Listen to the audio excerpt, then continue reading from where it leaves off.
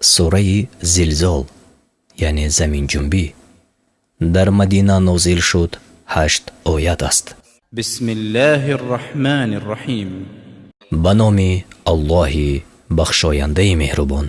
اذا زلزلت الارض زلزالها وقتی که زمین با جنبش سخت خود جنبانیده شود. و اخرجت الارض اثقالها و زمین بارهای خود را بیرون آورد. و قال الانسان ما لها و آدمی گوید زمین را چی حالت است؟ یومئذ تحدث اخبارها در آن روز زمین خبرهای خود را بیان کند. بأن ربك اوحى لها به سبب آن که پروردگار تو به زمین حکم فرستاده است. یومئذ یصدر الناس اشتاتا لیروا اعمالهم آن روز مردم گروه گروه باز کردند تا به آنها